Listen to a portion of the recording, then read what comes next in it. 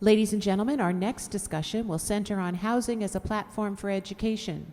Please welcome moderator Kristen Siglin, Vice President for Policy at the Housing Partnership Network.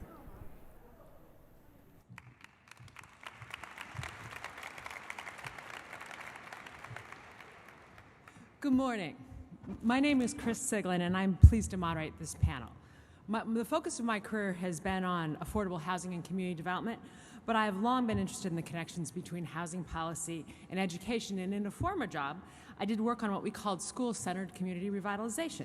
And that work introduced me to two of the people who are going to be on our panel this morning, which are Heather Schwartz of the RAND Corporation and Greg Giornelli of Purpose-Built Communities. So I know we're going to have a good discussion. So you can read the biographies of the panelists in your materials, but each one of them is a leader and a bridge builder who has thought outside of the confines of the individual fields, like affordable housing, to look at how the whole system works to help children in poverty. And so my first panelist is going to be Molly Calhoun, who's the executive director of a nonprofit in Denver called the Bridge Project. It's affiliated with the University of Denver's School of Social Work, and it provides cradle-to-college services for children living in 4 public housing projects in Denver. And I'm pleased to note that Molly has gone from being an intern at the Bridge Project to running the place, so that's impressive. My next panelist is going to be Greg Giornelli of Purpose-Built Communities. And Purpose-Built Communities is a national nonprofit that aims to break the cycle of poverty by replicating the success of a project in Atlanta called Eastlake that combined affordable housing redevelopment with a charter school. Next, we're going to hear from Heather Schwartz, who's the Associate Policy Researcher at the RAND Corporation, who's done a great deal of work on the ties between housing and education, both looking at projects that attempt to revitalize inner city schools by connecting them to community development projects, but also looking at the impact of housing policies that enable children to live in suburban communities with access to high-performing schools and what that tells us. Finally, we're also fortunate to have an actual educator on this panel who's Charity Smith, the former Assistant Commissioner of the Arkansas Department of Education, and she oversaw the Division of Public School Academic Accountability. She too has thought deeply about the problems of children living in poverty.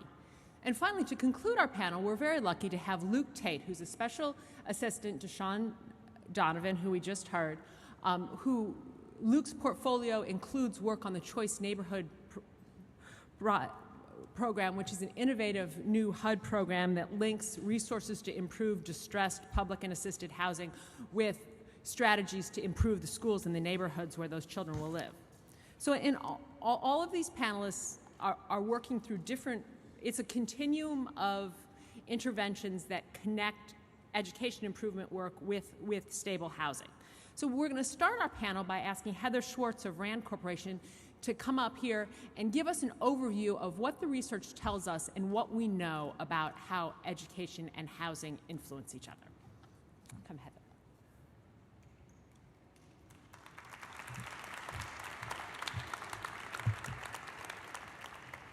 Good morning. I hope this will be a really fun discussion. As Chris just said, I've been asked to give a brief 10-minute overview of the research about connections between housing and schools. I want to make sure slides can be seen. Okay. Where are the slides that you see? There they are. Okay. So basically, you can think of housing as having several dimensions that could potentially affect a child's academic experience. And I've been asked to speak about 3 particular connections, and I'm going to first situate those within the broader literature connecting housing to schools. If you look across the spectrum of research about housing and education, it roughly falls into 4 bins. The first is how aspects of the physical domicile itself affect children's educational outcomes, and you heard some about this earlier this morning. This is research that talks about policies that affect the conditions within the 4 walls of the home, and some examples are the effects of lead paint on children's cognitive skills, or of overcrowding in the home on children's school attendance and their performance, or of policies that affect the affordability of the home, which could in turn affect a family's residential stability, which could in turn affect a child's performance in school. Then there's a second bin of research that moves outside the four walls of the home and thinks about the location of the home. And I'd say most research about housing and education falls into this second bin. Here we're talking about research such as whether concentrated poverty or deconcentrations of poverty in neighborhoods affects children's schooling outcomes, or other work in this vein asks whether there are potential economies of scale from clustering certain types of housing together and then directing educational services to residents of those multifamily properties. And still others are examples of studies of racial discrimination in housing markets and how that has shut out racial minorities from certain school markets, or about how the location of a house can serve as a point of entry into high-quality schools. So that's that second bin. Now throw in the element of time, and we have a third bin of research that relates to residential stability. And this is a slightly stickier category that I made, because you could argue that the length of a family's tenure in a home is an aspect of the physical domicile itself, which is that first bin that I mentioned. But I'm calling it out because it's a category of research that asks whether residential moves, in and of themselves, harm or benefit kids' educational attainment and performance. Among other reasons, residential mobility could stem from spells of homelessness or foreclosure, or evictions, or a high ratio of housing costs to family income. And we're seeing a body of research coming out right now about the residential mobility effects of foreclosure, for example. Finally, in the three bins that I've been talking about so far, the arrow has gone from housing to schools, how housing policies affect school policy. But you can actually reverse that arrow and look at how schools affect housing markets. And here there's a fourth bin of research, and as any realtor knows, the perceived quality of the public schools affects housing prices.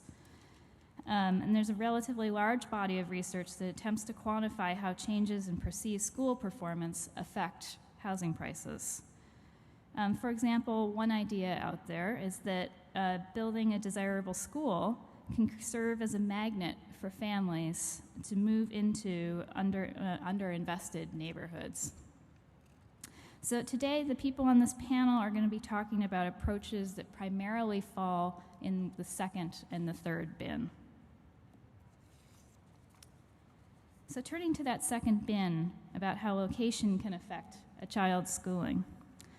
The most obvious connection between housing and education is the influence of where you live on where you go to school. And yes, school choice has increasingly de-linked residential location from school assignment, but most schools nationally are still residentially assigned. And segregation in neighborhoods can show up even more starkly in schools. This is of concern because there has long been, and there continues to be, a large achievement gap between low and high poverty schools and among racially segregated schools. And yes, there are some exceptional schools that beat the odds, but these are an extremely small minority of schools overall. So the link between housing and schools is still quite strong. But how can housing investments help narrow the achievement gap? One way is to try to improve a child's neighborhood conditions via housing investments. Another is to use housing to give kids access to high-performing schools. And still another is to extend the reach of the school by targeting education services at children in particular housing developments. And I think the panelists that are going to be speaking next have worked on all three fronts. But why would these policies affect a child's academic attainment and performance? One major theory is that community factors, or so-called neighborhood effects, could affect children's cognitive skills. And some of the main theories here are that the availability of neighborhood institutions, such as daycares, playgrounds, recreational programs after school, could affect a child's performance in school. And a second aspect is the level of social organization or disorganization within the neighborhood, resulting from crime, from residential turnover, and social isolation that could negatively affect children's schooling. The third aspect of neighborhoods is its social norms, as established by adult role models, through peer effects, and through the availability or not of employment. And finally, a fourth aspect of neighborhoods that could theoretically affect children's cognitive skills is the language environment of the neighborhood, by which I mean exposure to and immersion in standard English. Now, relatedly, housing policies can also try to give children access to high-performing schools. And given the correlation between school poverty and school performance, this usually means access to low-poverty schools. Some of the main reasons for the low poverty advantage in schools is that low poverty schools tend to have better material resources, whether in the form of per pupil spending or better school facilities or more materials and supplies. But even more importantly, low poverty schools tend to have more social resources in that they can attract and retain a high quality core of teachers and administrators. A higher proportion of students arrive at school ready to learn in the first place, and a higher proportion of parents at low-poverty schools tend to act as stewards for the school and advocate on behalf of it.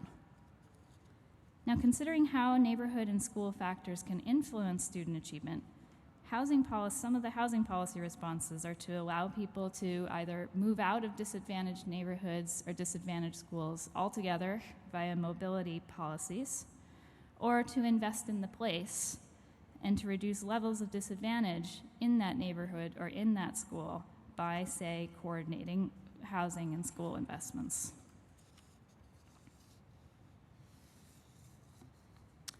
A second way that some of our panelists connect housing to school policy is to use housing to promote residential stability. And the first point to make here is that Americans tend to move a lot, as I'm sure you are all well aware. By kindergarten, 2 out of every 3 children have moved at least once, and 1 in 5 children have moved 3 or more times. And heightened rates of moving are associated with kids dropping out of school, antisocial behavior, modest decreases in academic performance, and loss of social relationships. Mobility has social equity concerns because rates of moving are heightened among disadvantaged families. But I also want to make the point that not all moves are alike. Some moves are strategic to make improvements due to a better job or to switch to a better matched school, while other moves are reactive due to factors like eviction or foreclosure or a death or a divorce. So it stands to reason that the effects of moves is not monolithic, but depends largely on the motive for it. But nevertheless, from a schooling perspective, kids moving in and out of schools disrupts the classrooms for kids who remain, and it can cause curricular discontinuity and social disruptions for the children that leave. So high poverty schools, for example, have much higher rates of student mobility, which make it hard for educators to establish and maintain a continuity of instruction. So that's my conclusion of my overview. Not that I expect you to write this down, but if you want more information on specific topics, here's a few citations. And something that should be on this list, but it's not, is a nice readable new piece called Finding Common Ground. It's available online. It's a PDF. And that's put out by the Poverty and Race Research Action Council. It's on precisely this topic about the connections between housing and education. And if you have questions for me, you are very welcome to email me, and there's my email address. Okay, I'd like to start our discussion by asking Molly Calhoun of the Bridge Project in Denver to kick us off. You all have available, I think, in your meeting materials, a case study of the Bridge Project. But, I'd be interested, Molly, in your thoughts on what are the lessons you've learned of trying to connect the children living in public housing in Denver to a cradle-to-college system of supports? Sure. Well, first let me just start and say how excited I am about being on a panel with some researchers and policy folks as a practitioner in the field. It's really nice to be surrounded by this. And we're glad to have you here, too. Well, thank you. The Bridge Project is celebrating our 20th anniversary this year, and I think over 20 years there are a lot of really great lessons to be learned about how to help our kids academically and how to really bridge that gap. I think the three main things that come to mind, the first for me has been what we've learned about parent engagement. The Bridge Project is located right in the housing developments in Denver, and it makes a huge difference to be a neighbor to some of our parents and, to sort of change how we define parent engagement. Instead of hosting parent meetings, what we have done is gone to sit in the living rooms of our parents and said, and we've said to our parents, what is it that you hope and dream for your child in terms of education, and how can we help advocate for you and with you in the public schools? The high majority of our parents have either have had no experience in public education, or they've had very poor experiences, and so it's nice for them to have a neighbor who can advocate for them. I think the second thing that we've learned is that, it seems obvious, but as a youth development organization, we need to take every child where they are. So every individual child has sort of a different plan at Bridge, and it might be through using a tutor or mentor, or we look at their academics and what is it that we need to get them to the level where they can be successful in school. And a lot of that has been around building strong relationships. We've got staff who have been around for years and are really consistent in their lives. I think the third piece has been what we all know too about making sure that we have a village that surrounds us, so partnering with the University of Denver, with the Denver Housing Authority, but also other youth-serving organizations, Big Brothers Big Sisters, I Have a Dream. How can we all make sure that we have this network of services for our kids to be successful? So there are a couple things that we've learned along the last 20 years. And now I'd like to move to another practitioner who's also done work on the ground. This is Greg Gironelli. And I think it'd be helpful if you would give the audience an overview of the East Lake Project, how you came to this, and how purpose-built communities grew out of one project on the ground in Atlanta. Sure. Purpose-built, our entire work is based on the example and the experience at a specific place-based neighborhood redevelopment effort in East Lake in Atlanta, Georgia. And this was one of the original sort of holistic approaches to a defined neighborhood. And the goal when we started in the mid-90s was to prove that these failed inner-city communities, public housing based, comprised predominantly of a high concentration of poverty, that you could actually transform that neighborhood physically, but most importantly for this conversation, that you could break the cycle of poverty in those communities too. And you do that through strategic investments, not just in one thing, but in many separate things under the recognition that all of these things are connected, which is obviously one of the themes of this conference. And so one of the primary investments we made was on the theory that the only long-term way, the only sure way to break the cycle of poverty was through an investment in education, in kids, starting young, going all the way through high school. So we started Atlanta's first charter school back in the year 2000. And one of the lessons we learned quite quickly was that the context in which education happens matters. So yes, you need great principals, yes, you need great teachers, but if your kids are coming into school from a community where the crime rate is 18 times the national average, where 87% of the people are unemployed, where the median income is only $5,000, they bring all of that with them. And it's just this very common sense notion that you and I, when we go to work, we don't go to work in a vacuum. We go to work with whatever has happened to us in our families, in our homes, whether they're relationship issues, whether we're worried about our mortgage. That has a direct impact on what happens at work. And you know what? That's no different for a 7-year-old who's going into the second grade, and probably even more so. So what we would argue one of the primary lessons learned as a practitioner in the context of housing matters is you've got to have safe housing, you've got to have quality housing, you've got to have a platform for stability, because all of those things are things that directly impact the educational experience of kids. That's great. That's very helpful. Now now that in our discussion, we'd like to change the focus a little. What we've been talking about here is bringing educational supports to housing in distressed communities and intentional strategies that link affordable housing in distressed communities with a cradle-to-college system to support the kids and increase their educational attainment. Heather Schwartz has done some research that is a different strategy, which is using a housing strategy of locating affordable units in a high-performing suburban school system so that the children, the residents of the families living in the affordable housing have access to high-quality schools. And I wonder if Heather could give us an overview of her research on Montgomery County, Maryland. Sure, yeah. So I did this study of public housing residents who live in Montgomery County, which I'm sure most of you know is right next to DC, a very affluent county. And the county operates about 1,000 public housing homes for families, 700 of which have been scattered throughout hundreds of neighborhoods within the county via its inclusionary zoning policy.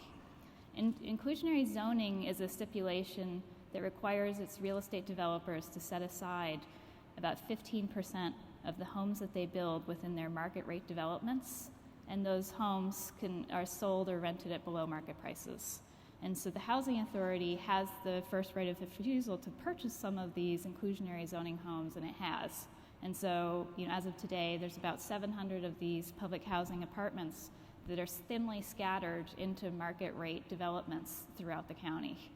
And so the question is, do kids who are living in these public housing apartments, whose families are making very low amounts of money, do they benefit schooling-wise from that placement in these market rate developments? And to cut to the chase, I found the answer was a strong yes, that by the end of elementary school, public housing children who are in low poverty schools did far better than public housing children within the same county who were attending moderate poverty schools. But that effect was cumulative. It wasn't as if it just took hold on day one. It was a gap that opened between these kids over the course of the years, so that by the end of elementary school, that's when you found these large differences in their math and their reading scores. Final comment there, the most important thing was that the improving performance of those public housing children who were in the low poverty schools, they were steadily closing the achievement gap between themselves and non-poor kids within Montgomery County. So they started out performing way behind non-poor children, their non-poor peers throughout the county, and that gap closed by half by the end of elementary school. That's interesting. Now the panel switches to a focus from an educator. Charity Smith is the former assistant commissioner for the Arkansas Department of Education. We've been hearing from housers who've brought educational supports to their work to improve the educational attainment of children living in poverty. From inside a school system, how do you think about how housing conditions affect what happens in the classroom, and what's the role teachers play in this equation? Thank you for that question. And first, I'd like to say good morning to the members of the audience.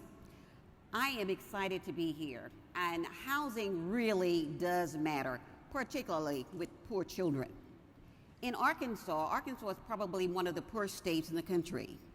And when we talk about poverty, I can look into the eyes of poverty and see it every day in children.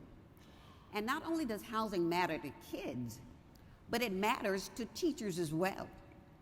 Sometimes if I'm looking for a math teacher to come into a high poverty area and there is no place to stay, I can't get the teacher. Not because the teacher's not available, but because the housing isn't there. So housing does matter, and I'm so excited to hear this panel because the commonality that educators always say, if we could just get them earlier, if we could just get them earlier, we could make a difference in their lives. Well, housing, you have them from the day they walk home from the hospital to when they get to school. And so I'm happy to talk about that type of partnership. The other thing I want to say too about my work, I realize that children can do virtually anything that you want them to do given the right opportunity. However, when housing lacks and when opportunity is not available, then kids come to school already 4 and 5 years behind. So what I would say as an educator is this: if you truly want to make a difference in a child's life, you have to see the invisible. You have to see what's behind why that child is not performing. And it's not always because they're locked into a poor school. They're locked into a poor environment. And until we have the will, the desire, if you will, to move that child from where he is to what he could become, we cannot succeed on the national level like we'd like to do. Arkansas has done some great things. I'll be talking a little bit more about that later, but I'd just like to say that a partnership and a platform where you could launch educational activities in what I would call an academic fitness center inside your housing centers. You see, in America, you can go and exercise anywhere physically, even at the hotel I'm staying in. But if I were to ask, where can I exercise intellectually? There's very little places in this country where you can do that. And so I'm hoping that when we partner together, we can talk about those kinds of issues. Thank you. So now we've moved from practitioners to research to the states. Now we're going to hear from the federal government.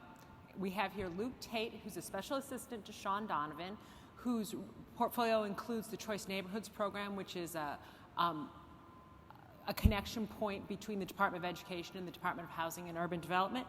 And I hope that Luke would share us some thoughts about coordination between the two sectors and what the federal government is doing in this area. Great. Thank you, Chris. I'm happy to be here to represent the federal government. Someone's got to do it. I would like to start with a word, actually, on, you mentioned both Choice and Promise Neighborhoods, and I'd like to start with a word on why those two programs have focused in particular on high poverty neighborhoods, and then talk a little bit about the housing and education ties. You know, many of the folks in this audience understand the outsized impact that high poverty neighborhoods have on the kids who are growing up there. Among many different types of research, we've seen from Pat Sharkey in the Pew study that kids growing up in a high poverty neighborhood, that neighborhood had a larger impact on their long-term financial welfare than their own parents' economic status. You talked about duration of effect. Just last month, Jeff Wadke put out a study suggesting that for kids who had sustained exposure to a distressed neighborhood, their chances of graduating from high school dropped 60 to 80%. That's exactly what we're talking about today, and it's a problem that's growing in this country. In 2007, we had 10.6 million people living in neighborhoods of 40% or greater poverty. Back in 2000, that number was only 7.9 million. So something went wrong between 2000 and 2007. You can draw your own conclusions. As far as joining up housing and education, I think there are three main things we need to do. And the first is that we have to expand the availability of high-quality educational opportunities to all kids. And this is exactly what's at the heart of Promise Neighborhoods, the Department of Education initiative, to have a high-quality school at the center of every neighborhood, but then a system of supports that takes a child all the way from cradle to career. And the truth of the matter is, we need more and better partners in that effort. What we've been encouraged to see through the Choice neighborhood in Chicago is that the University of Chicago has partnered not only to set aside slots in its lab school for neighborhood residents, but also has made a commitment to help improve the quality of instruction throughout that neighborhood for all of the students who are served in that neighborhood. And that's the kind of new and strong partner that we need to see. It's true that there is more we can do here, and that's why at HUD right now we're looking at what we can do to ensure that every Housing Choice Voucher recipient also gets information about the quality of schools available to them as they're making their housing choice. And getting to that kind of scale, I think, is really important. The second thing we need to do, in addition to expanding educational opportunity, we've got to change the neighborhoods themselves, right? There's an extensive body of research out there on the impact of neighborhood quality on a child's ability to succeed in school. Among many, David Harding and Douglas Massey have research on the effects of very high violence communities on the allostatic load that children experience. And as a result of that allostatic load, the stress over time that they've experienced, it directly impacts their school achievement by impairing memory and inhibiting the ability of neural connections to form. Right? This is the kind of thing we're driving at through choice neighborhoods. We can't look solely at the housing, right? We have to look at the entirety of the neighborhood. If we're going to make a big federal investment in changing that housing, we need to know that every kid growing up in that new neighborhood is going to be growing up in a mixed income community. They're going to have the safe streets and the good schools that every family needs, not just kids that are growing up in poverty. And I think this leads me to the last thing we have to do to tie housing and education together, which is look beyond housing and education, right? I mean, the interconnections in high poverty neighborhoods include unemployment, crime, the shocking health disparities that Secretary Sebelius talked about earlier today. And I think for the folks in this audience, in this room today, that's understood, that's instinctive, right? And for many of us who grew up in or worked in, lived in high poverty, like we know a kid walking to school in the morning, getting beaten up or worried about beaten up on the way there, his head is not in the game in the classroom, right? If you've got vacant housing every fourth house on the block and the cops push the dealers off the corners, right? Well, they're moving into the vacant housing, bouncing house to house to house. So all of these things, these challenges of crime and housing and education are interconnected. And folks on the ground have always understood that. The researchers are driving toward it, but too often it's the government at federal, state, and even local levels that has failed to support those interconnections and has been siloed itself. And I think that's why this administration, from day one, and I think you saw this reflected in Secretary Donovan and Sebelius' conversation, has focused on supporting local communities driving to locally developed decisions responsive to those interconnected needs. And that's been beyond just choice and promise. They both talked about the neighborhood revitalization initiative that we're working on across the administration, and we're trying to tie together through HUD, Justice, Treasury, HHS, and education, the supports that all of those communities need. And this is actually hitting the ground in a very real way. So through NRI, you have a Boston Choice Neighborhoods Implementation Grantee that's got a Promised Neighborhoods Planning Grant. They're applying for Promised Neighborhoods Implementation Grant, and DOJ is going to support their public safety strategy. Right? I mean, that's the kind of ties that we need to make. And I think this is a promising effort, but the truth is it's nascent, right? Yep. We need to be able to take it to scale, and it's very difficult to work across these silos. I mean, let's be very clear about this. This is not easy work to do. And that's in part because of the design of the government, executive and legislative. You've got your cabinet agencies and your congressional committees siloed, right? Housing, education, HHS. So the only way that we're going to be able to both continue that coordination and take it to scale is if you all push us. So I would encourage you to do that. Well, I think it's always helpful. Those comments are a wonderful setup to a somewhat ornery and contrarian line of questioning that I was thinking about. Oh, good. If you want to change the way things are, you have to think about why the status quo is as it is, and what are the forces that are driving, that have driven over 40 years of domestic policymaking, that have driven health policies in this silo, housing's in this, education's over here. And I'd like to ask Luke, isn't providing safe, decent, affordable housing HUD's mission? And if you have an Absolutely. array of initiatives that tie that mission to other outcomes, does that dilute the accountability and focus at HUD? This is a tension that many people feel, right? And I think for us not to acknowledge it would be foolhardy. But I think the reality is, for us to succeed at our mission of providing safe, decent, and affordable housing, we have to have a more expansive understanding of the world. I mean, in San Francisco, the Alex Griffith public housing site, it's darn near a fortress, right? There is literally one way in and one way out. The walls and the topography of the site have cut it off from the entire neighborhood. The idea that we could go in there and change the housing in some way without taking a broader neighborhood perspective, and that would result in good housing outcomes is foolhardy. I think also, as Secretary Donovan pointed out earlier today, the costs right now of not achieving the outcomes that we need for kids growing up, oftentimes in our housing, is too high. We can't bear it as a country. We can't afford $500 billion a year, 4% of GDP, as a cost of child poverty. So we have to ensure that the kids who are growing up in HUD-assisted housing actually have the opportunities that they need to escape that cycle of poverty. And Greg, I bet you'd like to jump in on that of why didn't the Eastlake Foundation just focus on the housing at Eastlake Meadows? You were founded by a real estate developer, Tom Cousins. That was his focus, was real estate. How did you expand to the school? What drove you that way? Well, I think there's a whole lot of common sense involved, which is, everything is connected. And even though we tend to take complicated issues and then break them into their components. And that's probably the right way to do it. You want a housing solution, and you want housing experts to address the housing solution. You know you need an education solution, and you want the people who are good at education to do that. You want a programming solution and an early childhood education solution. And those tend to be people who are single-focused people. So the tension becomes that Luke is talking about is, okay, you have all these subject matter experts, and then you come to the, oh my goodness, realization that we need all of those to work together for this to work. And so you've set up a system of institutions that only know one thing, and now you're suddenly expecting them to all work together to solve things. Nobody's suggesting that HUD should now take on education and early childhood and everything else, but somebody's got to coordinate it. And I think that's one of the central takeaways from Eastlake is that we set up this nonprofit, single purpose. It had no mission other than to solve those problems within literally just a 200-acre area.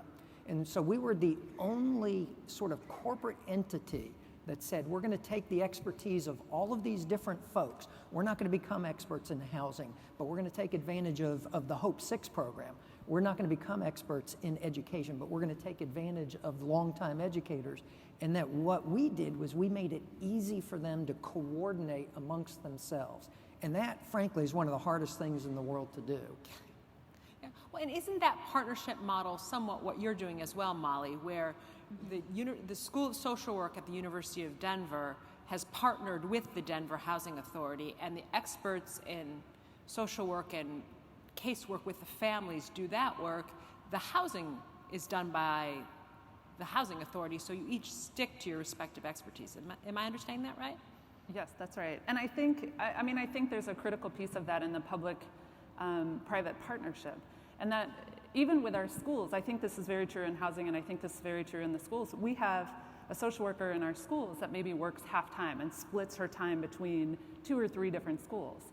We can come in and help be sort of the social service piece of that, where the schools just don't have the opportunity right now to become social service agencies. They've got their hands full with what they're doing.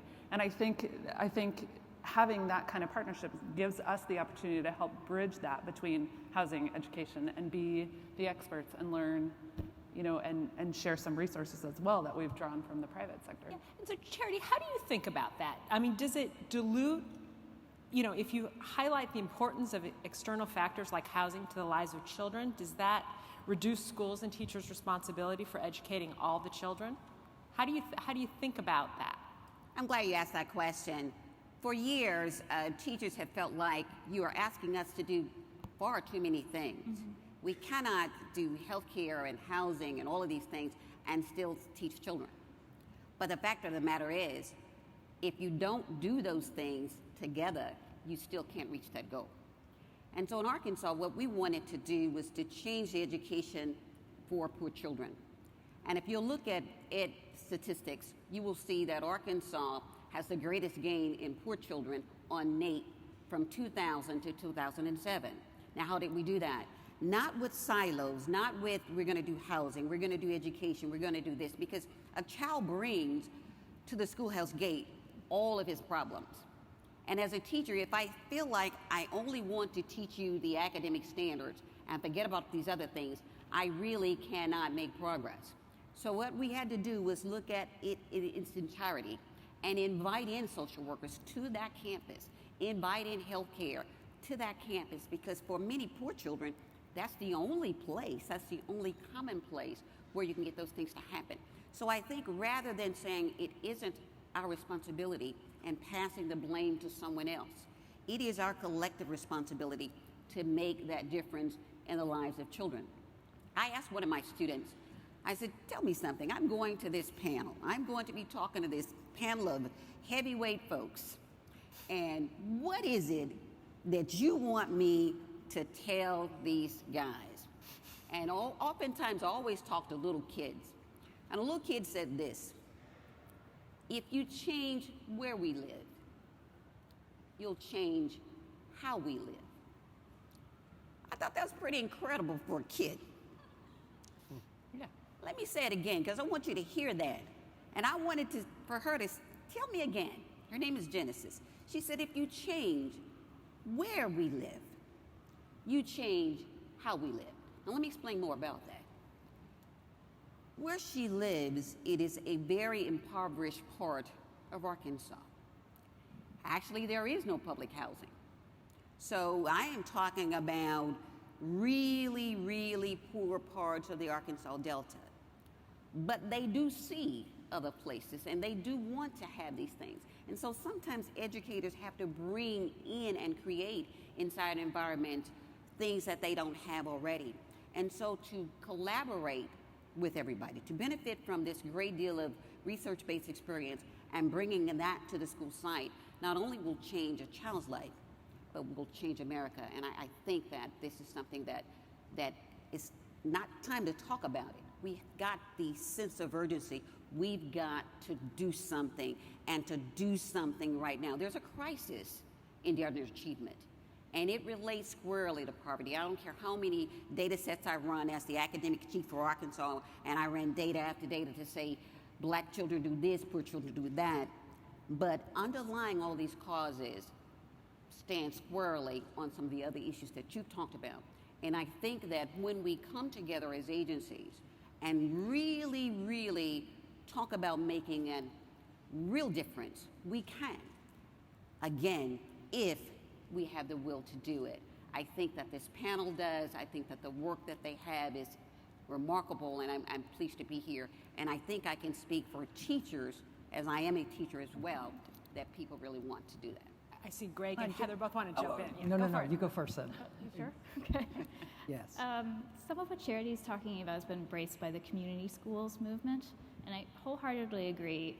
But I just want to stress that some of what Molly and Greg and Charity are talking about need to be sustainably funded, as opposed to imposed on the school principal to somehow host a health center at the school, for example, or as opposed to a Hope 6 community supportive services provider doing something with the schools for a period of 3 years, and then the Hope 6 goes away, and then they go away, and there goes the partnership between the school and the multifamily housing development.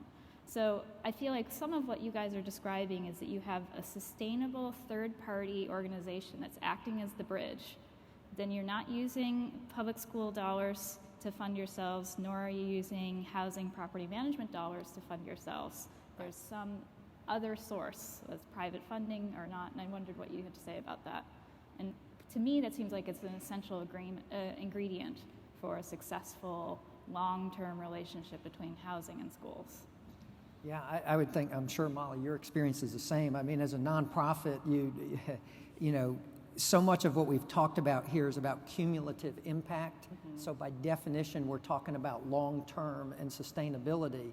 And to the extent your funding is year to year, or you have that constant challenge of funding year to year, it just makes it harder. I mean, you've been around for 20 years, we've been around for 15 years, so it's possible. But boy, raising money in that way is really, really hard. And it always helps when there's some federal program that you can tap into that's going to be around for a while. But can I jump in on one thing? Because I just love this quote that Charity said, and I've been thinking about this. You know, when you talk to some of these sort of new educational folks in the educational arena, like a Teach for America or KIPP schools, and they preach to their teachers that it's all about high expectations, that what happens in the classroom, and there's many, many factors, but one of the critical things is setting those high expectations. And what I keep thinking about when you had that quote was there's a level of expectations that are set in the way we allow our kids to live in these communities too. And that high level of expectations is needed there. We need to communicate to kids that if you that your actions matter, that if you do something, you can change things. And if you're in a high poverty neighborhood, a high crime neighborhood, I don't think kids have those expectations. And so if we realize that you can't achieve in the classroom without those, I just wonder about what we're saying about high expectations if we allow neighborhoods to exist the way we do and the quality of housing. And I wonder if Molly might want to jump in on that. Of how do you see an ongoing need for funding for the kind of bridging role you play? I mean, do you get a lot of pushback of like, no, wait a minute, why are you doing that in public housing? Shouldn't they be doing it? Or is that kind of coordination function clearly? Are you able to articulate that to your funders? Yeah, we don't get a lot of pushback. I think people see the need. In Colorado, we have a high rate of an increase in child poverty, which is not acceptable for a state like Colorado. But we also, we have amazing leadership from the Denver Housing Authority. That's just Ismael Guerrero, who said, let's figure out how this works together, how we can work together. There's such a positive energy around it that I think we don't get the pushback, because we've got these community leaders who are saying, how do we collaborate? How do we work together? Bridge is different. We were started by some well-resourced community members versus having a need on the ground and organizing a grassroots effort around that. So I think it does make a difference to have some community leaders who are our main donors, our main board members, who are also pushing this agenda with Ismael and the Dean of the Graduate School of Social Work and the Chancellor at the university. Just on a positive note, I to what Greg was saying, one of the ways that we've tried to combat changing our kids' visions of what their future is going to be is that we've used the success of our students who are now in college or have graduated from college, and they come back. And it's a totally different message for me to say to our young kids in public housing, you really should go to college, or you really should stay in school. It's a totally different message to have our graduates saying to them, I was just like you, and I grew up right next to you, and I've just graduated, and I'm going to be a doctor or a lawyer or a social worker or whatever it is. So I think we've seen a definite positive spin on changing that future orientation of our kids through the kids who have been successful. Yeah. And Heather, as you've looked at the research on these, policy discussions in Washington are often posited as either ors. So if I was questioning you like I was at a congressional hearing, and I was saying, would you rather have housing strategies that move children to high-performing suburban school districts, or would you rather concentrate the resources to create community schools and cradle-to-college supports in inner cities? What would you say? Am I allowed to say both and? Absolutely. Please do. This is not Congress. Yes. Good. I definitely don't think there's a one-size-fits-all. Yeah. And I don't think there's simple solutions for how to improve education. I just think it's an incredibly complicated process and if we had all the answers, we would have fixed and improved our education system many decades ago, because we continuously try many of the same reforms over and over again. But having said that, I think that the housing mobility policies have a lot of potential for families who want to move and who want to move to low poverty places. I'm certainly not advocating some kind of social engineering where you're forcibly moving families from one place to another. And then, of course, you can't move everybody, nor does everybody want to move. And so we have to have intelligent place-based strategies. There's really no alternative. And I think we've seen some really exciting examples of places that work. It's been extraordinarily hard to isolate what the elements are that make it work and then replicate that with success in other places, because there's so many contextual factors that influence why a thing works the way it does. So I would say to me, I'm far from certain about which particular models have to be rolled out nationally in order to deconcentrate poverty in neighborhoods, for example. But having said that, I think we need both a mobility and a place-based strategy. And Luke, as you've watched the evolution of choice neighborhoods, what have you learned, and have there been changes as you've been doing this thoughtful process of collaboration with the other departments and thought about how housing can be better partners to all these strategies? Sure. Well, as we were first developing choice neighborhoods in this administration, we weren't sitting around in a room saying, well, what do we think we could do to improve on Hope 6? We were looking all around the country. Secretary Donovan and I traveled to Atlanta, met with Carol Naughton and Tom Cousins at Eastlake, and we're looking at exactly the innovations that had been developed in part by some of the best Hope 6 grantees, but also in places where they hadn't received a Hope 6 grant at all. They had just realized whether it's the capacity of the lead organization being critical, or the need to ensure that you have high quality educational opportunities at the outset when you're trying to bring in market rate housing so that families with choices find that to be an appealing option.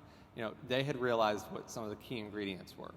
And we were able to glean those innovations that happened all around the country that weren't thought up here in Washington and make them part of the framework of what it means to be a choice neighborhood and what it is that we're funding. So, I think Heather's right. There's clearly a local context. I mean, the work Andrew's doing in Chicago is going to be different than the work, folks are doing in Boston and New Orleans, because those are different places. Right. But the key ingredients, the ability for kids to be safe, where they're growing up, the ability for them to access educational opportunities.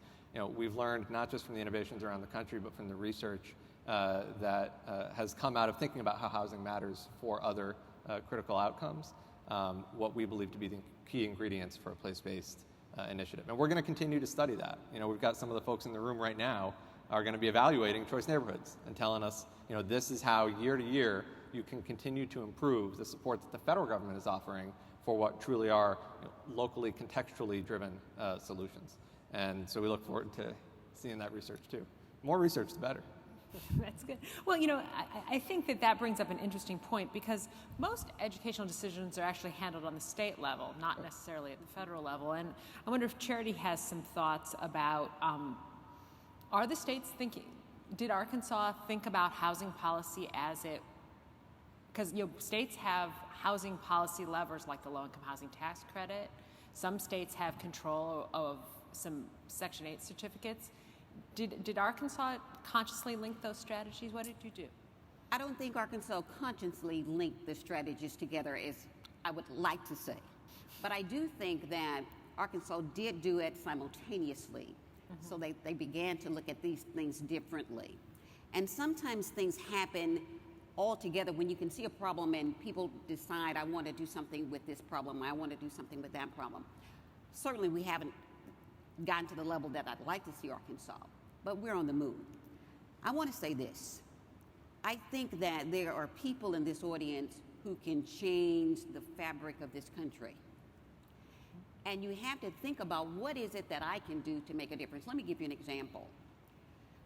As Commissioner for Education, I looked at the achievement of students, and I noticed that for African American students and poor students on college readiness exams, those kids had just some of the lowest scores, and I'm thinking, why every year do we get this same thing and we report to the state legislature, we need you to do this and we need to do that? And I decided to open a center on my own. I gave up my all of the money that I earned from teaching. You know how much that was. Yeah. You're great. And I created a center where any kid could come. And I went in and the lady said, well, Charity, this is what it cost. And it was 3 times my house note. And I said, well, listen, I don't have that kind of money, but I will kind of drive around your center similarly to how a person in the biblical times marched around Jericho until you decide to give me this center, because my children who are poor need this. And she said, Charity, how many kids do you have? And I said, I really don't have them yet, but they're coming. When we opened the center 7 years ago, people told me that poor kids really didn't want to learn and they wouldn't come. And I have to tell you that on Christmas Eve and New Year's Eve and every holiday and every night when I get off work, I have to go and teach. And people from housing and people from all over the community decided that they wanted to help our kids. And these kids now, we've got some here in Washington working for the Nuclear Regulatory Commission, all over the world, from Stanford to Yale, that kind of thing. When people collectively decide that they want to make a difference in the lives of children, one person and one idea can make the difference. Again, I would encourage you to consider bringing, if you cannot get all kids to proper housing, you can, through technology, give all kids the opportunity to succeed. And if we would all kind of work together, each one in his own way, bringing things together, I really do think we can make a difference. We have to do a couple of things. One, we have to articulate our vision. What is our common vision for what we want to do as it relates to housing matters? Secondly, we have to see the invisible. We have to see that there are still kids there who on Fridays collect food from other kids because there's no food at home. And that's real. In my state, we backpack kids. We put food on their backs so that they have enough food for the weekend. We backpack during the holidays so they have enough food. That's real, but sometimes you don't see the invisible because that doesn't affect you. Right. Then thirdly, you have to plan and act boldly. You have to get out of your comfort zone and see a poor kid and have lunch with a poor kid and say, what is it that I can do for you differently? And then do it. And then finally, you must be ready to lead. You must be ready to jump in, get ready, and take off and just do it, because there are pathways to success. Yeah. And those pathways include housing, they include healthcare, but I want to say something else we haven't mentioned. It also includes transportation, because poor kids don't have transportation. I was sharing with my colleague here in Arkansas, one of the things that I think we did very, very well. One kid wrote and said, Dr. Smith, we simply don't have access to college. And I said, well, sure you do. We're doing all these things, and I named off all these programs. And he said, but you don't understand. In order to take a college readiness exam, they're generally given on Saturdays, and we have no transportation to get there. Right. And I'm thinking, well, we certainly can't buy buses for everybody. Well, what we did do was make every school site a college readiness place for a kid to take an exam, and then to make that free. So we have to just begin to think about things differently, and I believe that we can. I think that's right, and I think that, as Molly and Greg think about their cradle to college supports and their coordination strategies, is housing an essential piece of that? Could you do it without the housing? I think it's essential to what we're doing. And part of it is about, it is the safe, we work so much on the other basic needs that the housing is the one constant factor in our kids' lives, right? They have that safe place, or at least a warm home, and then we can build upon that. Yeah, so you see residential stability, the families aren't going to be destabilized by forced moves, by evictions, by foreclosures. You use the housing as a platform then with these other services. Is that also your thought? Yeah, we use the term sealed pipeline. This notion of cradle to college is a pipeline that kids have to go through, but you need that to be sealed, which means you're not going to get the great long-term benefits of all of the educational programs you run unless those kids are sealed in that pipeline and move through it all the way. And housing is the primary function about how long you will have that kid, because education is a neighborhood phenomenon, and if you've got a high mobility neighborhood, by definition, that pipeline is not sealed. So the number one way you can ensure that you've got those kids long term is to provide that high quality, safe, affordable housing directly connected physically to that pipeline that you're building. And so when your purpose-built communities is now expanding across the country. When you look at other cities and think about where you're going to work, how do you pick places?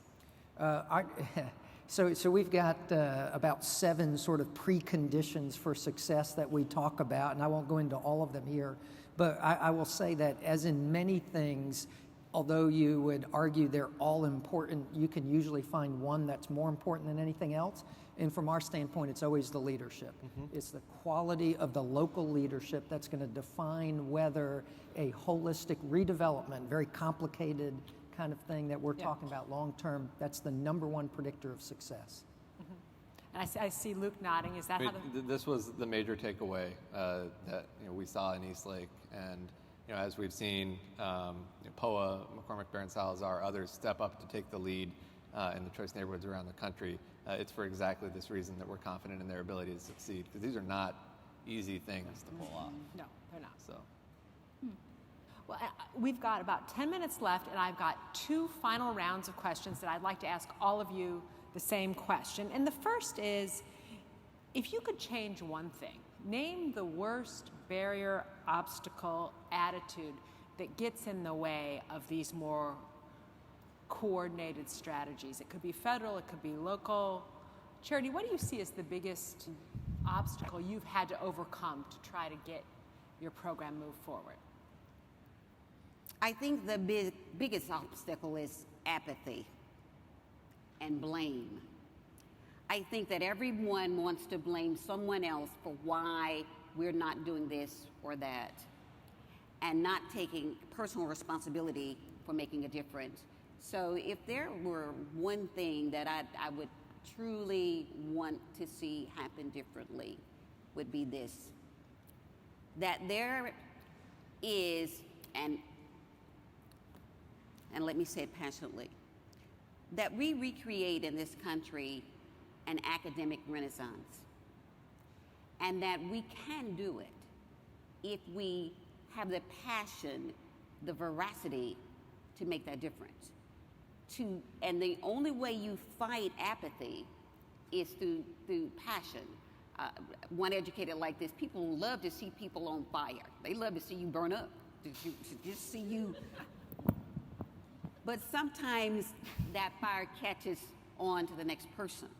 And when it does, whether that's a legislative committee, whether that's through the Department of Education, whether that's through housing, whether that's through the people in this audience, if we can fight that apathy, that, well, it's somebody else's job, I really do think we can move forward.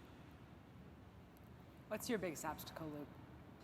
You know, the president has talked a lot recently about the understanding that we're all in it together, and that's been an essential part of the American character. And I apologize for moving away from research in a research-oriented conference, but I think one of the biggest challenges we have right now as a country is too many of us are defining we too narrowly. You know, there's an understanding of who we are that does not encompass, you know, everyone in your city or everyone in your region. Or everyone in your country. You know, that other folks are not really part of what us is. And so I think, you know, for us to be successful in the national dialogue that Secretary Donovan was talking about earlier this morning, about where we're going to invest for the future, we have to be more successful in developing a stronger understanding in the coming decade or two that in America, we means all of us, and that we truly are all in it together. And I think that part of that argument is an argument about empathy. Part of that argument is an argument about understanding. I guess there is a research element to it as well, that to the extent that we can prove more convincingly in a way that, you know, on its face is understood easily by all Americans, that our fate is truly shared, that our ability to be economically competitive in 20 or 30 or 40 years is directly imperiled by 37% of young families in America living in poverty right now, 37% of young families in America. Until we can get a national and truly universal understanding that for all of us is important, then our ability to advance innovative models, you know, new practices, I think will always be constrained in a way that prevents us from being the kind of country that we can and always have been. I think the barrier, much of what I feel is reflected on what Charity and Luke said, but I think for us it still is this common misconception that that people in public housing or people in the housing projects don't care about education, don't care about their kids. And from their perspective, I think there's a huge mistrust of the system because they've been hearing that about themselves for so long, and people have come in with 2 or 3 year projects and then left, brought resources and then left, that they're tired of it. And so I understand why there might be that emotion coming out of our neighborhoods, and at the same time, if we had more projects that were investing in long-term relationships and long-term solutions for our families, you would then be able to see our families really engage in education and be excited about it. So I think that's it. Greg? So if it's magic wand time, Yep. then the answer is always money, money, money. And that's not 100% of the answer, but it's frequently the barrier to it. So I don't know what you do about that, but the probably more complicated answer when you work in this arena, and I'm going to assume, Molly, you feel the same way, everything you do is the hardest thing you've ever done. And so you're always looking for ways to make things easier.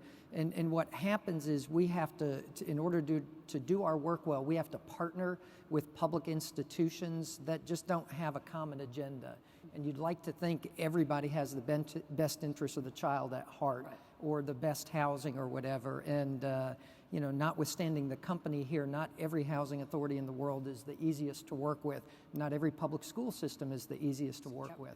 So I would say having those public institutions that are essential to the success to welcome folks like us who have a different way of approaching these things. I certainly support the money answer.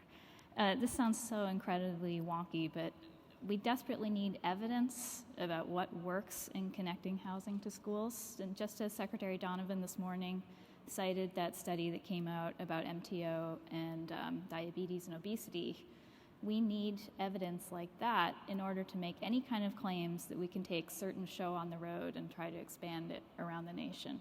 And so my number one wish is that for data, and what I mean by data is allowing to crosswalk housing data with school data, with health data would be wonderful, although I know there's very formidable barriers about privacy and confidentiality in that. And so that requires money to connect data and to collect data. But I think without it, we're going to be stuck in anecdotes and one-off projects that sound great for the 2 years that they last, and then there's a little write-up, and then it fades away because the money for it faded away. Yep. And we can't really prove that that's the thing that we should be rolling out and piloting in other places to see if it works there. And I think there's a connection between the things you two wish for, which is the evidence then helps drive funding decisions, right, particularly as resources are constrained.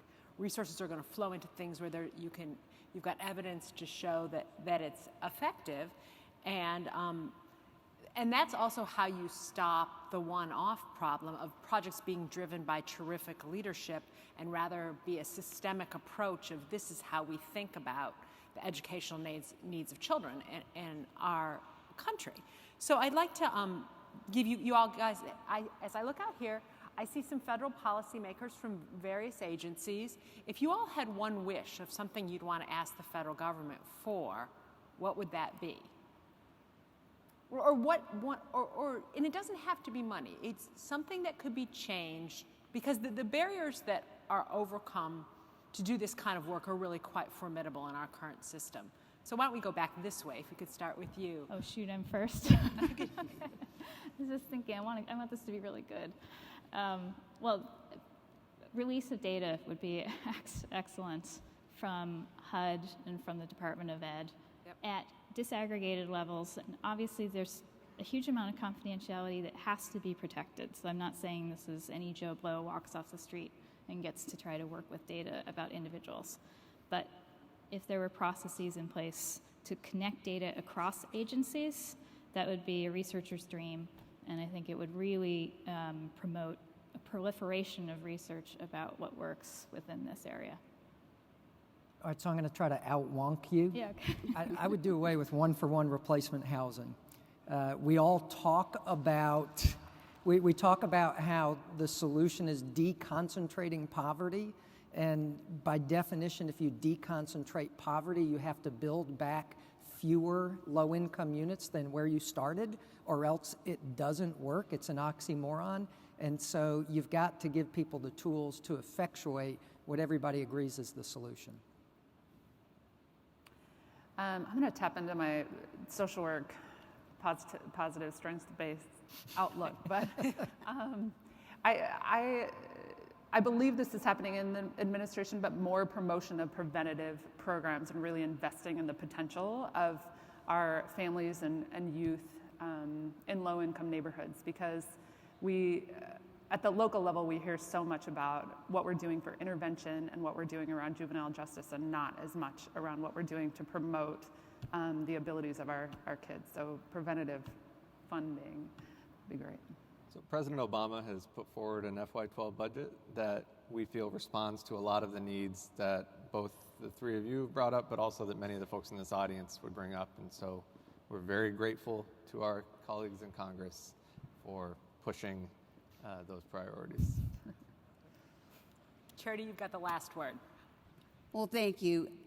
If I could have one wish that I'd like for you to do, and that's this.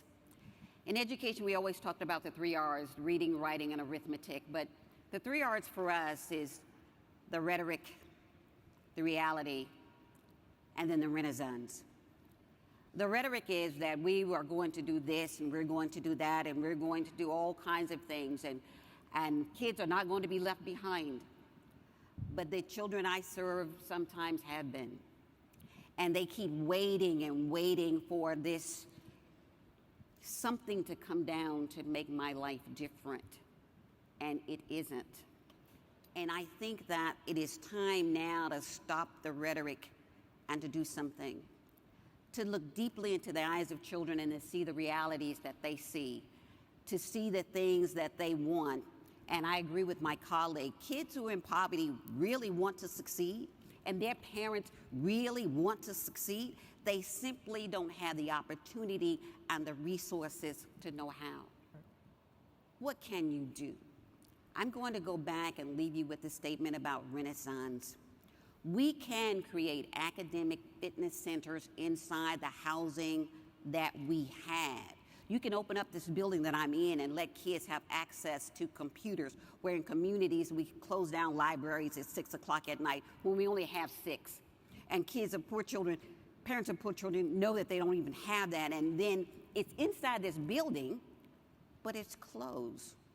And it's closed to me, and it closes up my opportunity. I'll leave you with this. Please consider this. Our children's lives are at stake here. You see, what my kids always say, and we say this, we must believe in the inherent ability of all of our children to reach the highest expectations that we set for them. You see, it's in this trust in the natural potential of every child, backed by purposeful actions in housing, in healthcare, and transportation, that will make all of the difference in their lives. But when the results of our action, not our rhetoric, match the passion of our pronouncements, then I think we will have kept our promise to our children. And that's what I'd like to see the administration do. Thank you. All right. So now it's your turn. If anyone would like to ask questions, there's 2 mics up here. Come up to a mic and tell us your name and who you're with. And we've got a little time for questions from the audience for our panelists.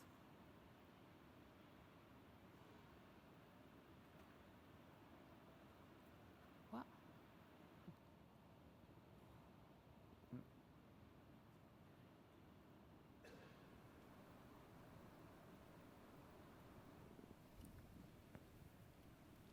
My name's Kathleen McCall. I'm with the Atlantic City Housing Authority Hope 6 program. And I also was on the staff of the Commission for Severely Distressed Public Housing back in the 90s. And as you are talking about these problems, when we did our research studies, we went to the school systems. And it's really pretty sad that it's the same problems and over again. But the Urban Institute did a study of Hope 6, and the one thing that they said was that just by moving, children's lives improved.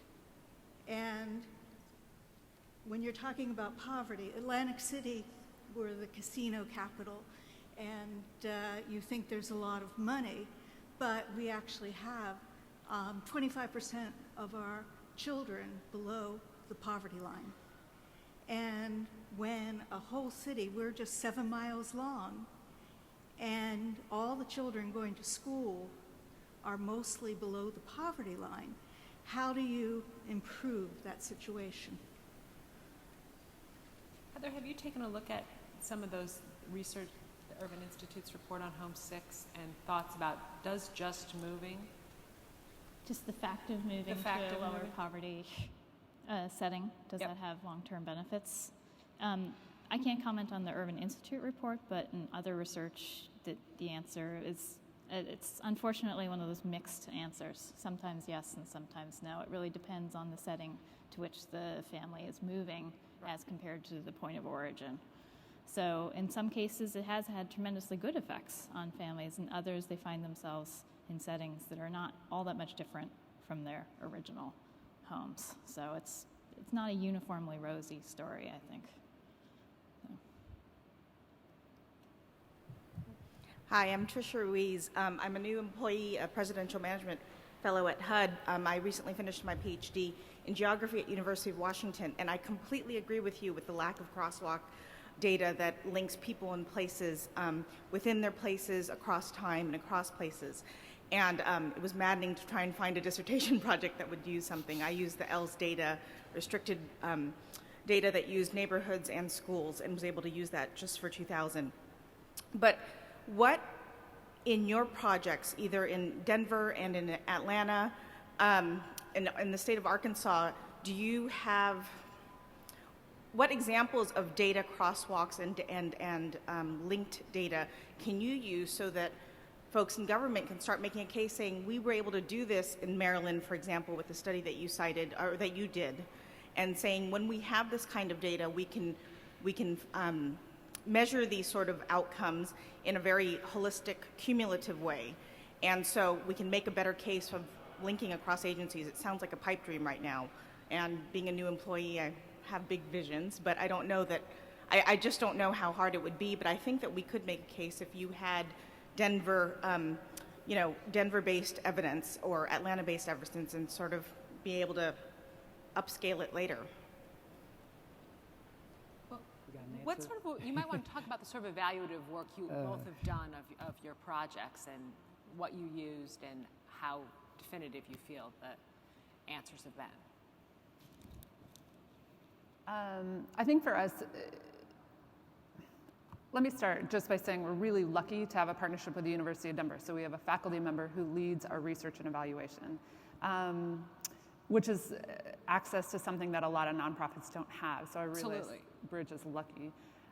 We do a lot of work with our state standardized assessment, the CSAP. The Denver Public Schools is probably our greatest asset in terms of our access to data. They will give us information about the CSAP, about grades, about attendance, about behavior.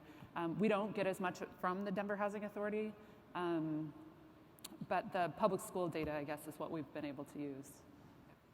So, and what have you used? Well, I mean, we've got our results from Drew Charter School, which show we went from the 69th ranked school out of 69 schools in the Atlanta public school system to the number 7 ranked school. So it's a very macro but compelling measure of success. The thing I struggle with, and where I think probably folks like Molly and me have this real love-hate relationship with data, and you got to prove this and that, is I wouldn't have any idea how to tease out of that movement from 69 to 7 and attribute that to any one thing we've done. We've done so many things. I don't know, and I don't memorize a lot of quotes, but from the Man of La Mancha, there's a quote. Don Quixote says, "Fact is the enemy of truth." And so, at some level, and that ties in with Nike's "Just Do It." I think at some point you just do it, and you use common sense, and you hope people like Heather come around later and validate, everything you've assumed was the case. But I would just make the argument that you can't do nothing while you're waiting for the proof to come. And Einstein's theory of relativity was not proved till 50 years later, but we developed the atom bomb in between that, and it was kind of based on the same things. So you just have to move forward. And collect data while you're moving forward. And that's right. That's exactly right. I think that is one of the challenges of, as we talk about doing comprehensive services across different institutions, that it is very hard. It drives our researchers crazy that we have such comprehensive services that it's very hard to tease out the pieces. That's exactly right. Yeah, and you don't want to let the perfect be the enemy of the good, that you've got an intuitive sense that these things are related, but you can't dispositively prove that it was this particular thing that did it. So you do nothing. I mean, that doesn't seem like a very good answer, but I think some combination of rigor with collecting the data as you move and then just refining practices, right? If I could add one thing about data, I think that public schools have data-rich environments today, more so than ever before. And the data sets are very clean. And we have unique student identifiers so you can identify a student. So if in fact you had a research project, all we need now is to have data agreements among agencies so that a researcher who wanted to do the research would have an easier time of getting access to the information. I think we are there. I think we have more data now than we've ever had. How to use it and how to leverage that to make a difference in policy is where we are now. And right. So if in fact people who are interested in doing these kinds of things, we've got data on growth, we've got data on status, we've got data on virtually everything that you need housed inside of all of these agencies. Bringing it together, I think, can bring forth the information that is necessary to change policies. Would you like to chime in on that? Or? Well, so I think we don't have to. We have a challenge where we've been able to tease out, as I was getting at earlier, the things that appear from the best available evidence to be clearly influential in the ability of any neighborhood to turn around or any partnership between schools and housing to succeed. I think it's true that too often we allow the perfect to be the enemy of the good, and that we, with a desire to tease out every confounding effect, don't move forward as boldly as we should, given the stark need for action. And so I think while it's critical in order to both build the support for the investments that we need to make and also to refine the interventions themselves to make them as impactful as possible, that we collect data along the way, that we rely on the best research that exists, and that we make investments, most importantly, in the future by putting aside the money for evaluation, putting aside the money for new and innovative research projects. We also can't allow that to constrain, I think, our boldness in responding to the urgent needs that we see all around the country right now, because the fact of the matter is we do know a lot already, and we do know what works already. Well, and we in fact do certainly know that distressed neighborhoods of concentrated poverty blight the life outcomes of children raised in them in innumerable ways, and that doesn't need to be studied further. We need to refine and improve practices about what you do about that, but it's not. And where we have promising evidence already, there was a Hope 6 study mentioned earlier. Urban, among others, has done a lot of evaluative research on Hope 6 that both pointed to its ability to already achieve fantastic outcomes and the improvements that could be made, most of which have been baked into choice neighborhoods. So the idea that you've both learned from something that was established over a period of 17 years, that it achieved important outcomes in communities around the country, and that there's an urgent need for it now, that's an argument to go to scale. That's not an argument to stand back and say, well, wait, is there more that we can learn? You got to do that as you're moving. That's right. Over here? As much as I appreciate Greg's comments, I still like data. And I wasn't able to write down all of Heather's research sources. Is there a place where we can find the existing studies, hopefully that each of you relies on, regarding education and housing? I have a slide with some citations, and I'd certainly be happy. That's just for quickies. I'd be happy to send you more citations. And I don't know if you got my email address, but so then please email me, and I'm happy to send you the full citations. And I would just say quickly, one of the papers that I had mentioned that just came out last month was Jeff Watke, David Harding, and Elwert from Wisconsin, I think, last month in the American Sociological Review, and that was a study showing that duration in distressed neighborhoods was incredibly important, and that for those kids who had sustained exposure over time, they had a 60 to 80% decrease in their high school graduation rates. I think it's an important step forward in our ability to understand the impact of neighborhood on educational attainment. I talked about the center that we run the Academic Fitness Center. If you want more information about that, go to act.org, the winter issue magazine, and the title of the article, Turning Students' College Dreams into Realities, and you'll see more information about that. Also, if you want information about what's happening in Arkansas, go to arkansased.org and look up the achievement data, and you can see Arkansas is now ranked about 6th in the country when we were one of the lowest performing states in the country. We felt like it would take 10 years to turn around. We had to have the right data. You're correct, and you'll be able to see some information in that regard. My name's Francie Ferguson. I'm with NeighborWorks America. So there have been remarkably few numbers stated in anything anybody said. So my question is, based on the research you've looked at, I mean, Heather said that on Montgomery County there was a strong yes that being in the low poverty and good school made a difference. I'd love a number on that. How strong a yes was that? So I would ask each of you, like, what's your favorite number that's been backed up by research that helps document the connection of how housing matters to education? Should I go for it? Anyone who wants to jump in, do it. Okay, so I'll throw out a couple numbers. The strong yes was that public housing students in low poverty schools, by the end of elementary school, performed 4/10 of a standard deviation. And I know that sounds like Greek to many, but 4/10 of a standard deviation higher than public housing children who are in moderate poverty schools throughout elementary school. So 4/10 of a standard deviation, I did that because that allows you to make sort of apples to apples comparisons across education studies, since tests totally differ in their structure and their point structure. So that's a very large effect size within education. The reading difference, instead of 4/10 of a standard deviation, was 2/10 of a standard deviation, so smaller, and it was also not statistically significant. So the reading one is an iffy. We think their reading improved relative to the public housing kids in the moderate poverty schools. Can we say that with a 95% level of certainty? No.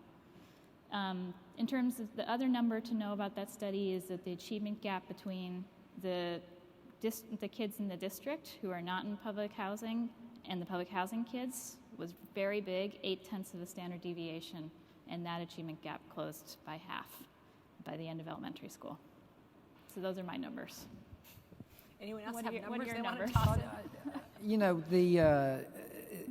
one of the neat things about education today is there's so much data in there, and so we could talk about dozens and dozens of data points, but for us, the key is that the school in our community went from the worst ranked school in the city system over a 10-year period to the number 7 ranked school in the city system. Every school ranked above it, and the margin there is very, very small, are schools with 10% free and reduced lunch or less. We are an 80% free and reduced lunch. This happened at the same time that crime in the community went down 95%, violent crime, where employment in the community went from 13% to 70%, and median incomes tripled. I can't say whether, it's a one-for-one correlation. All we can say is, here's the data, this is what happened. Y'all tell us what's important from that. Go ahead. So I'll jump in. I think the recent number from the Wadke study, the 60 to 80% decrease in high school graduation rates, is an important number. But my favorite number, since you asked about favorites, would be the Urban Institute study suggesting that a typical 700-unit Hope 6 project, and again, this is back before the improvements that have been made in choice neighborhoods, would save the taxpayer on average $22 million over HUD doing nothing at all. And I think this is an argument for the urgency of the intervention.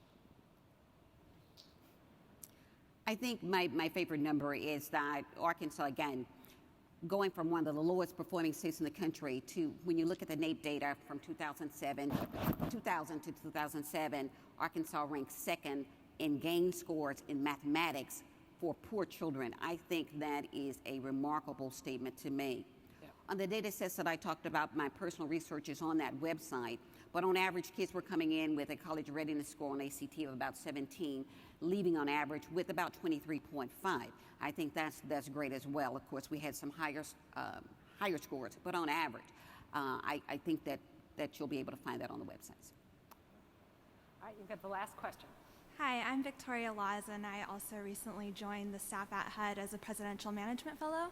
My question is, given the constraints and resources, are there other examples, like you mentioned, Luke, earlier, matching housing choice vouchers to counseling on quality of school as people move?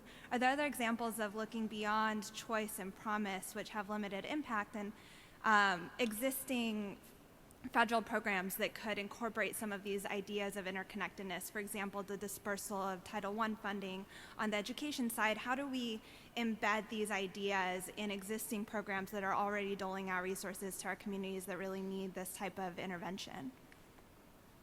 So just quickly, if I can jump in. So you mentioned the housing choice voucher idea that I brought up earlier. This is something that we're looking at intently right now. We think it's critical that when folks receive vouchers that they have information because, as has often been said, there's a misunderstanding or a misapprehension out there that just because folks are living in poverty, they don't have there's not a level of importance to them of the quality of the schooling available to their kids. Actually, if you talk to most families living in poverty and ask them about the quality of the school available to their child, they'll tell you that it's pretty good, and usually the number one test that they use to determine whether or not it's good is their child's safety. So it's not for lack of caring. It's we need to be able to provide people with the information that they need at the point at which they're making a decision. So we think that's critically important. The other thing that was brought up earlier was sustainable funding flows, and I hate to sort of put the onus back on the local level, but there are significant federal funds through SSBG, CSBG, CDBG, Title I that are flowing into communities all around the country, and that far too often have been spread around like peanut butter, in part due to the local political process, right? Equally to every city council district. I mean, I remember when I was in Arizona, if you were on the list, it was darn near impossible to get kicked off. You had to embezzle something, right? And if you weren't on the list, right, if you're not already receiving those funds year to year, it was incredibly difficult to get on. And so I think until we can have both a stronger conversation around the outcomes that we need to see from that funding, but then also a conversation about the very real, and certainly, I don't pretend that these are not challenging barriers, but the barriers we must overcome at the local level with respect to the political process and the allocation of existing formula funds. We're not going to be able to get to the kind of scale that you're talking about. And I think it's critical that we do that, and it's only going to happen through the application of political pressure at the local level. All right, please join me in a hand for this wonderful panel. And